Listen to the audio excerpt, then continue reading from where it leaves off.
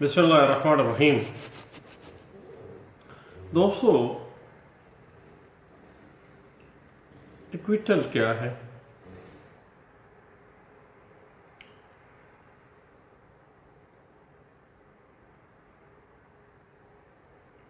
The code of civil criminal procedure 249A एक magistrate को और 265K CRPC एक सेशन जज को बाइख्तियार करती है कि वो किसी मुल्ज़म को एक क्रिमिनल ट्रायल के किसी भी मरहले पर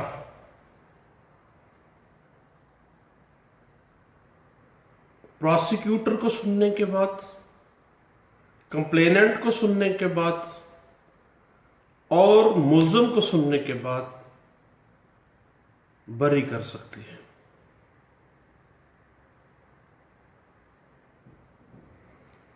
और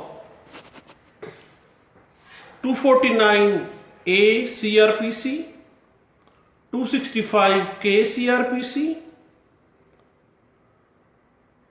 बिल्कुल same as it is. Section 561A CRPC तमाम पार्ट्स जो हैं एक्विटल की और क्वेश्चमेंट ऑफ FIR की एक हाई कोर्ट को एम्पावर कर रही है और एक हाई कोर्ट को इनहेरेंट पावर दे रही है for the saving of inherent power.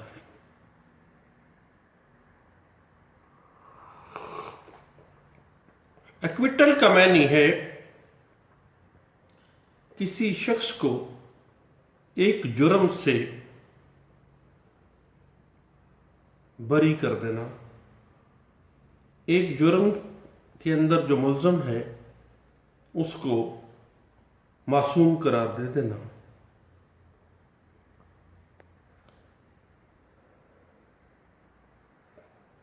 किसी जज का ये फैसला कि मुल्ज़म जो है वो किसी इल्ज़ाम या किसी जुर्म से बरी है, मासूम है और वो कच्ची सूरत जब गिल्टी नहीं है तो वो कन्विक्ट नहीं हो सकता है।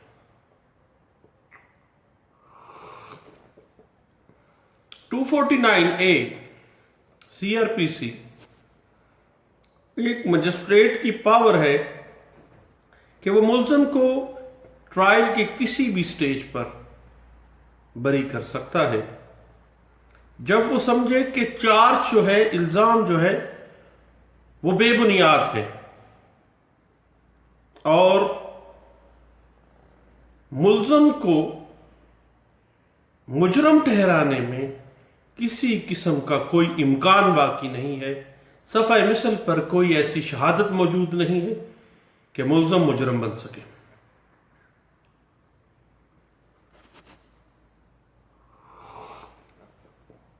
Same as it is 265K CRPC एक सेशन जज को इंपावर करती है कि वो अक्यूज को जब देखें कि किसी किस्म का कोई ऐसी पॉसिबिलिटीज नहीं है, कोई ऐसे इम्कानात नहीं है कि उसको कन्विक्ट किया जा सके, उसको मुल्ज़म ठहराया जा सके। तो under section 265K CRPC session जज जो है वो किसी भी मुल्ज़म को ट्रायल के किसी भी स्टेज पर बरी कर सकता है।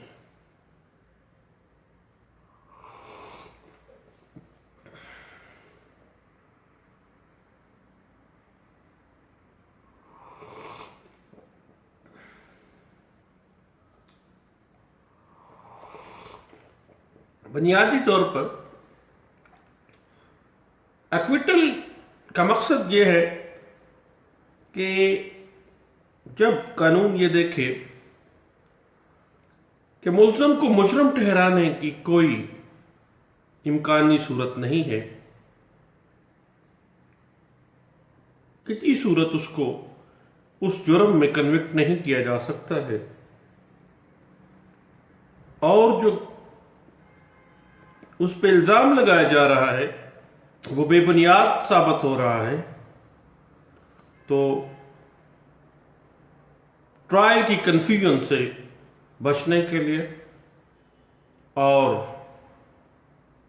अदालत का कीमती वक्त ज़ाया होने से बचाने के लिए ऐसे मुल्ज़िम को अक्विट करना मुनासिब है।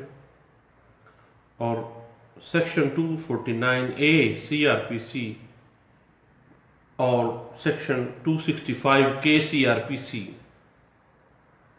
एक मजिस्ट्रेट को और एक सेशन जज को एम्पावर कर रही है कि वह मुल्ज़िम को किसी भी स्टेज पर बरी कर सकते हैं।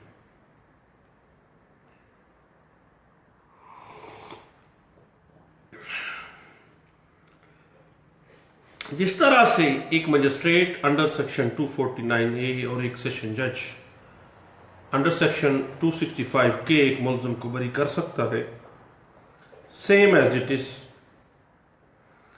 Section 561A CRPC high court को एम्पावर करता है कि वो मुल्ज़िम को अक्विट कर सकता है FIR को क्वैशमेंट करते हुए।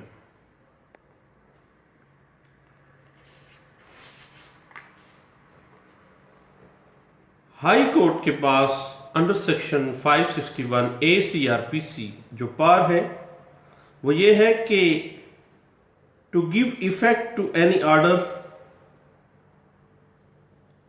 अंडर CRPC 1898, किसी भी ऑर्डर को, किसी भी हुक्म को जो ज़ाब्ता फौजदारी के मुताबिक दिया गया है उसको मौसर करने के लिए 561A CRPC का सहारा हाई कोर्ट ले सकती है।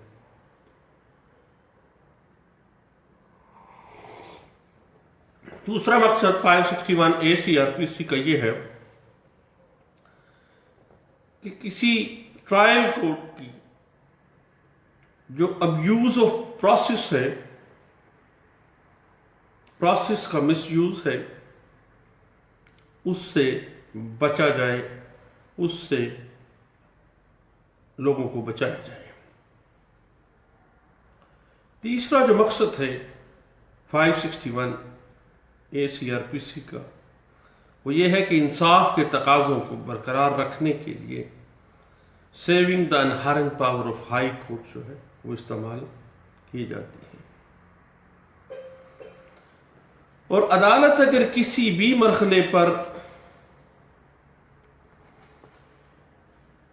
इस अमर को सामने रखते हुए कि प्रोसिक्यूटर, मुल्ज़िम और कंप्लेनेंट इन तीनों को सुना जाए, या जो केस की वजूहात हैं सफ़ाए मिसल पर कुछ ऐसी वजूहात आ जाए कि मुल्ज़िम के ऊपर ये जुर्म साबित नहीं होता, सफ़ाए मिसल पर कोई ऐसा इंक्रिमिनेटिंग मटेरियल मौजूद नहीं है कि किसी किस्म की प्रोबेबिलिटी ऑफ कन्विक्शन हो, किसी किस्म का एज चार्ज इतना मजबूत ना हो कि उसकी वजह से मुल्ज़िम जो है वो कन्विक्ट हो सके, तो अदालत मुल्ज़िम को रिहा करने का हुक्म जारी कर सकती है। ये बात इंटरप्रेट हुई है और इसके एक प्रिंसिपल्स जो हैं इस्टेब्लिश हुए और इसको डिस्कस किया गया है 2011 SCMR पेज 508 में।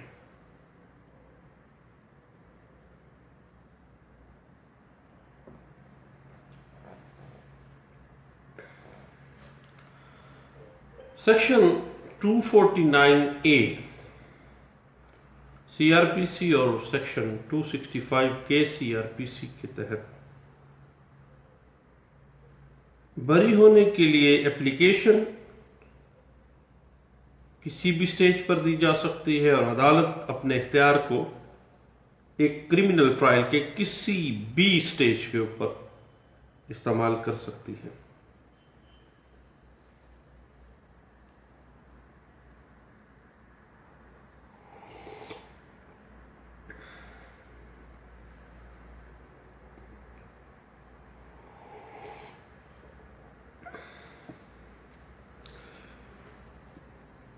टू 2014 PCRLJ पेज 824 केस ला है, इसमें यह डिस्कस किया गया था कि एक्विटल बुनियादी तौर पर मुल्जमान को झूठे मुकदमों से बचाने के लिए और अदालतों को अपने कीमती वक्त को बचाने के लिए इस्तेमाल में लाना चाहिए। वो पार्स जो अंडर सेक्शन 249 ACRPC एक मजिस्ट्रेट को और अंडर 265 KCRPC एक सेशन जज को दी जा रही है।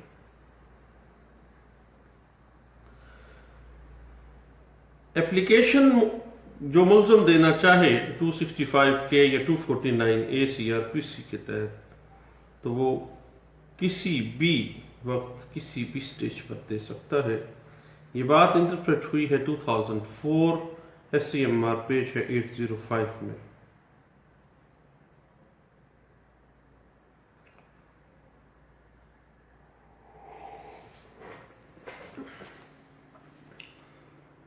मकसद बुनियादी तौर पर एक्विटल का यह है कि मुल्ज़म जब ये देखे कि उसको खाम में जलीलो ख्वार किया जा रहा है, मुकदमाबाजी में उलझाया जा रहा है, सफ़ा मिसल के ऊपर कोई इनक्रिमिनेटिंग मटेरियल उसके खिलाफ नहीं है, कोई शवाहद उसके खिलाफ नहीं है, रिकॉर्ड के ऊपर कोई ऐसा मवाद मौजूद नहीं है जो उसको इनक्रिमिनेट कर सके, तो मुल्ज़िम को ये मौका फराहम किया जाता है कि वो अपनी रिहाई को मुमकिन बना सके, और यही एक्विटल का मकसद है। ये बात इंटरप्रेट हुई है 2005 YLR पेज है 2000।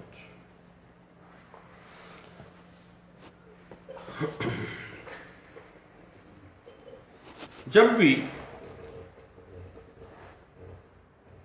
एक्विटल का ऑर्डर होगा 249A में या 265 KCRPC में, तो इस हुक्म के खिलाफ अपील होगी, और एक्विटल अपील जो है पाकिस्तान के अंदर सुप्रीम कोर्ट ऑफ पाकिस्तान ने एक प्रिंसिपल इस्टेब्लिश किया हुआ है, वो है शो स्वारप केस का। ये केस रिपोर्ट हुआ है all India reports 1934 PC page है 227 में, और ये principle supreme court of Pakistan ने अप्रूव किया था, और ये केस रिपोर्ट हुआ था PLD 1989 सुप्रीम कोर्ट पेज है 293 में। इसमें ये वाज़ेह किया गया था कि एक ट्रायल कोर्ट को सफ़ा मिसल पर तमाम मटेरियल को मद्देनजर रखना चाहिए, और अगर ट्रायल कोर्ट ये समझती है कि कोई इंक्रिमिनेटिंग मटेरियल नहीं है, charge groundless, probability of conviction नहीं है, तो उसको एक्विट कर देना चाहिए। हमेशा एक्विटल से पहले एक ट्रायल कोर्ट को क्रेडिबिलिटी ऑफ विटनेसेस को मद्देनजर रखना चाहिए कि जो विटनेसेस हैं क्या वो क्रेडिबल हैं, जो एविडेंस मौजूद है क्या वो क्रेडिबल है, एडमिसिबल है। और इसी केसला में ये प्रिंसिपल भी स्टैब्लिश किया गया कि बेनिफिट ऑफ डाउट हमेशा अक्यूज को मिलना चाहिए और हर स्टेज पे मिलना चाहिए। जहां पे भी थोड़ा सा शुबा, थोड़ा सा शक आ गया है, उस शक की बिना पर अक्विट किया जाना, ख्वाह वो अक्विटल 249A में आए, 265K में आए, या ट्रायल की कंक्लूजन पे आ जाए, वो अक्विटल जो है उस मुल्ज़म का हक है। और वो एक ग्रेस के तौर पर नहीं मांगेगा, बल्कि एक हक के तौर पर वो मांग सकता है।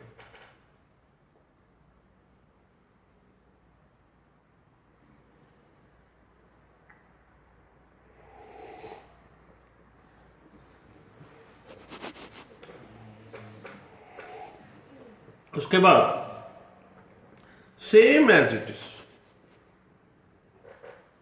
अक्विटल के जो प्रिंसिपल्स हैं वो वाज़ेह किए गए हैं NLR 2005 सुप्रीम कोर्ट पेज है 607 में।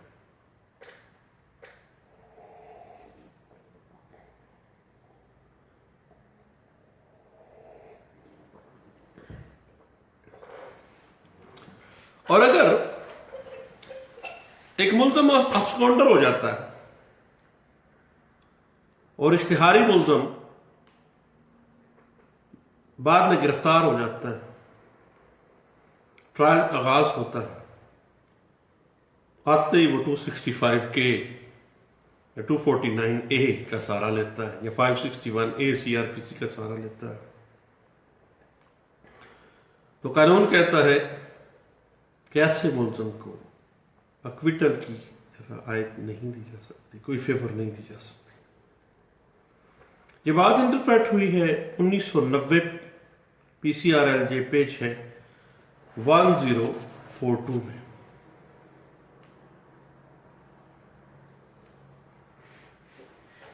एक बड़ी टेक्निकल सी बात है कि अक्विटल की एप्लीकेशन जो है वह 249A में है या 265K में है,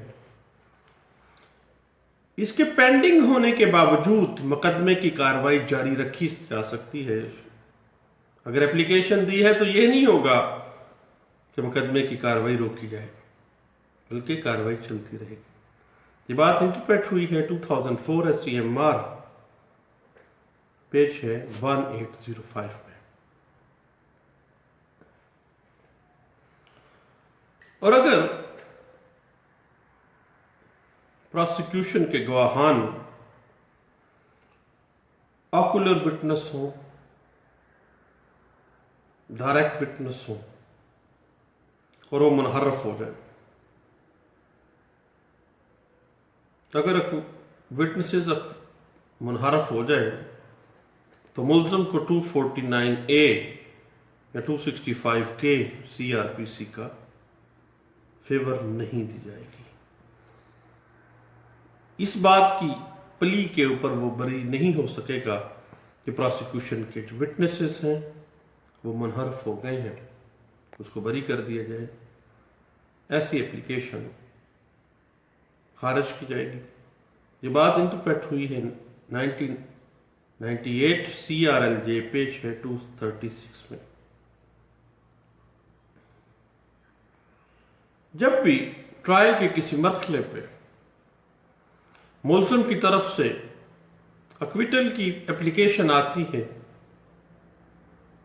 तो प्रोसिक्यूशन को नोटिस दिए बगैर प्रोसिक्यूटर को सुना जाए,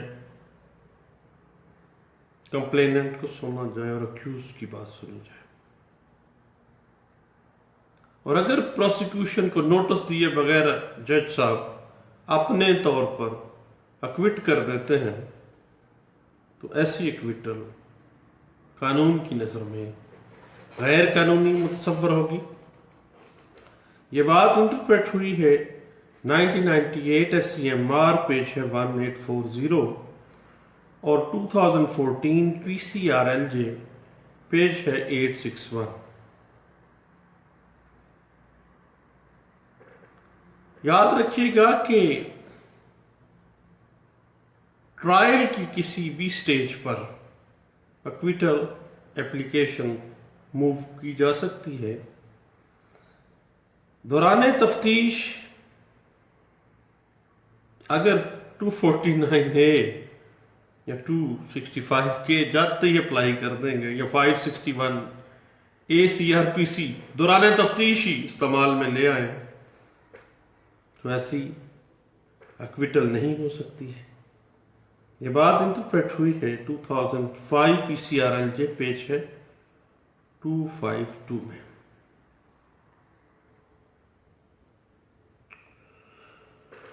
बात दरअसल ये है कि एब्सिडिक्सिट of police is not binding on the court. Police किसी मुल्ज़िम को गुनाहगार या बेगुनाह करे, कानून कहता है कि अदालत को उससे कोई सरोकार नहीं है। और इस प्ली के ऊपर कि पुलिस ने मुल्ज़िम को बेगुनाह कर दिया है, अब अंडर सेक्शन 249A या 265 के CRPC उसको बरी कर दिया जाए तो ऐसी एक्विटल नहीं की जाएगी। ये बात इंटरप्रेट हुई है 2016 PCRLJ पेज है 883 में।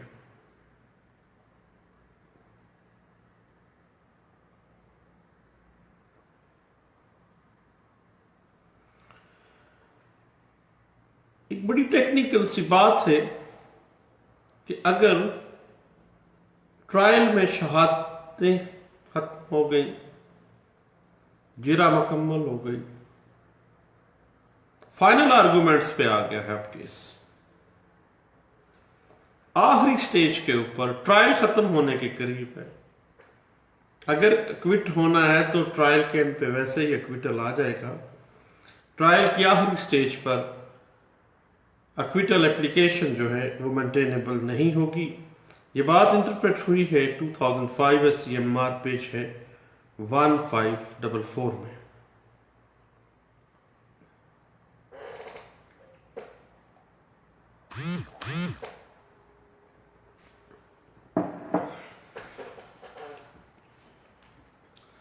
हमेशा याद रखिएगा कि एक मजिस्ट्रेट के पास जो 249A CRPC की पार है,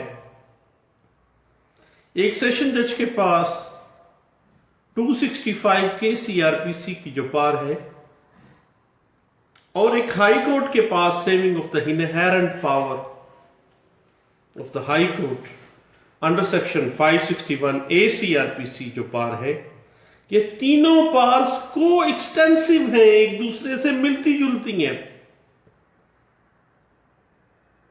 इनका दायरा इख्तियार तकरीबन सेम चलता है। ये बात इंटरप्रेट हुई है 2012 PCRLJ पेज है 1756 में।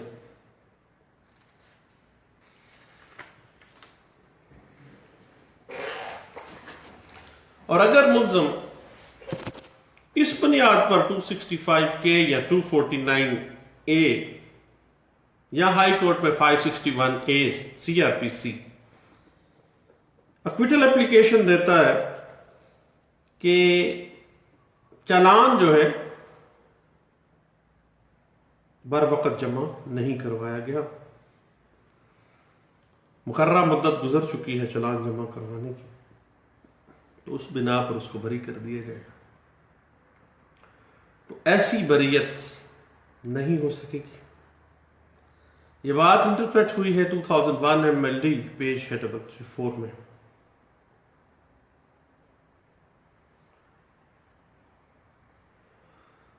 बाज़ औक़ात एक मुल्ज़िम ये प्ली लेता है कि इस्तग़ासा के जो गवाहान हैं वो पेश नहीं हो रहे, या गवाहान के पेश अदालत करने में ताख़ीर आ रही है, तो उसको 249 या 265 के या 561A के तहत एक्विट कर दिया जाए, या उस FIR को ख़त्म कर दिया जाए, क्वैश कर दिया जाए। तो ऐसी कोई रायत इस स्टेज के ऊपर, इस बिना के ऊपर मुल्ज़िम को नहीं मिल सकती। ये बात इंटरप्रेट हुई है 2013 YLR पेश है 2103 में।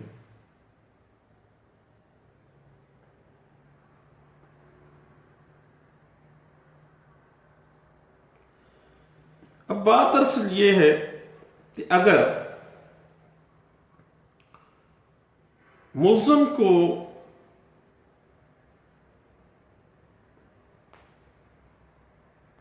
मुश्तरका इकबाल जुर्म की वजह से मुलव्वस किया गया है,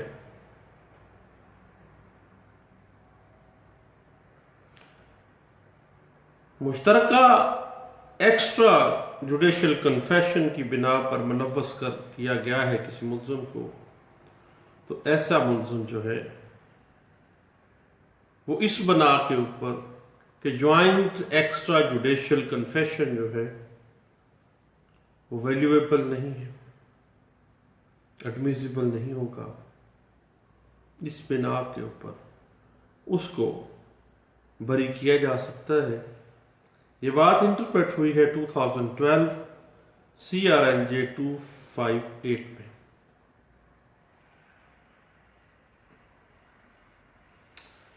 अब बात दरअसल ये है कि गवाहान के मुनहरफ होने के साथ साथ अगर मदई भी मुनहरफ हो जाए, मदई अपना बयान बदल जाए,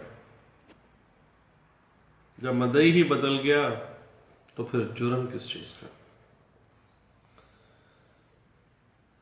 देन 265K 249A फिट होगी और एक्विटल श्योर शॉट होगी। ये बात इंटरप्रेट हुई है 2015 PCRLJ, पेज है 753 में। अब एट एनी स्टेज की बात करते हैं। ट्रायल की किसी भी स्टेज पर एक्विटल एप्लीकेशन दायर की जा सकती है। इसकी इंटरप्रिटेशन हुई है PLD 1997 सुप्रीम कोर्ट, पेज है 275 में।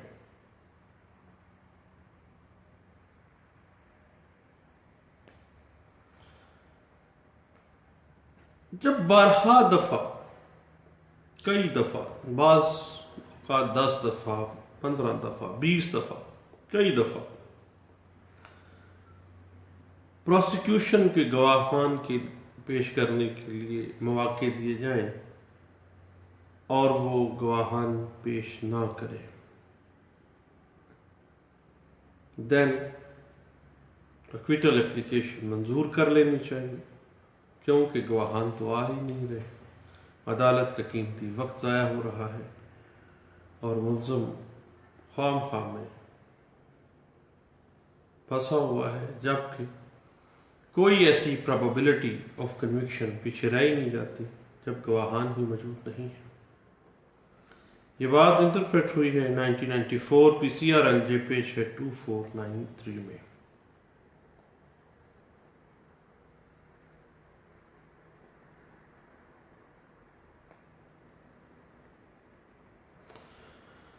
जहां तक गवाहान का ताल्लुक है प्रोसिक्यूशन के, अगर वो कसदन अदालत में हाजिर नहीं होना चाहते, 12 दफा मौके दिए गए हैं, अदालत में आ ही नहीं रहे, तो उनका हक के शहादत क्लोज करके मुल्ज़िम को एक्विट किया जा सकता है। ये बात इंटरप्रेट हुई है 2009 PCRLJ, पेज है 1275 में।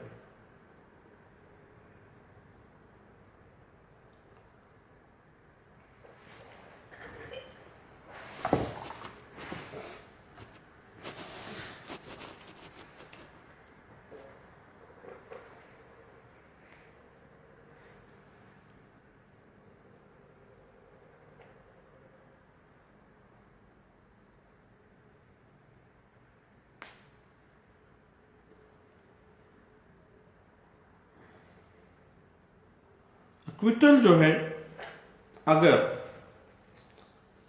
ये साबित हो जाती है बात किसी किस्म का कोई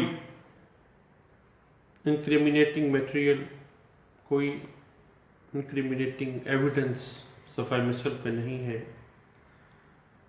तो एक्विटल जो है एक राइट होगा और मुल्ज़म जो है वो उस राइट को क्लेम कर सकता है।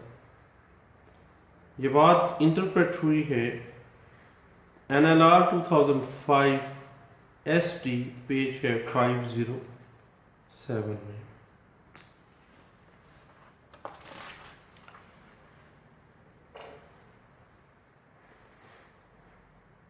जब भी एक बंदा एक्विट हो जाता है तो कानून कहता है कि इसको डबल प्रिजम्पशन ऑफ इनोसेंस हासिल है।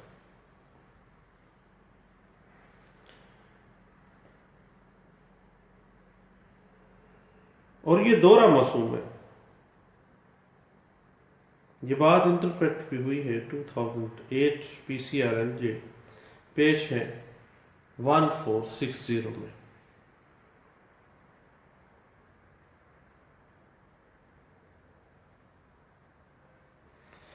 और कभी भी एक्विटल के खिलाफ अपील में हायर कोर्ट्स उस वक्त तक हायल नहीं होंगी या उस ऑर्डर के खिलाफ कोई हुक्म सादर नहीं करेंगी जब तक कि एक्विटल का जो ऑर्डर है उसमें यह बात सामने आ जाए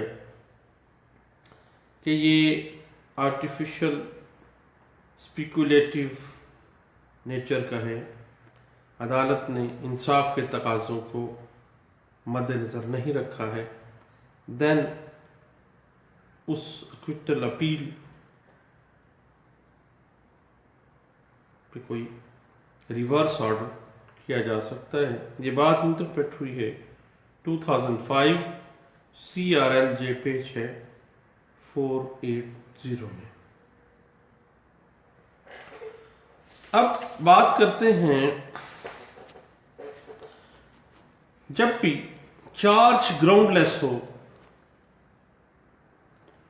और अक्यूज की कन्विक्शन की कोई पॉसिबिलिटी ही ना हो, प्रोबेबिलिटी ना हो, तो कानून कहता है बुराई को उसकी जड़ से ही खत्म कर दें, हत्ता कि उस पर चार्ज फ्रेम भी ना करें और प्रोसिक्यूशन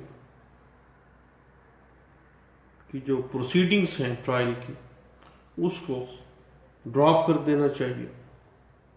ये बात इंटरप्रेट हुई है 2009 YLR पेज है 169 में और 2009 YLR पेज है 1370 में। तो दोस्तों, ये एक्विटल इन क्रिमिनल ट्रायल के हवाले से कुछ गपशप थी, मैंने सोचा अपने दोस्तों से शेयर करनी चाहिए। अगर कुछ समझ लगे तो दैट्स गुड, ना लगे अनफ्रेंड करें, ब्लॉक करें। थैंक यू, अल्लाह हाफिज़।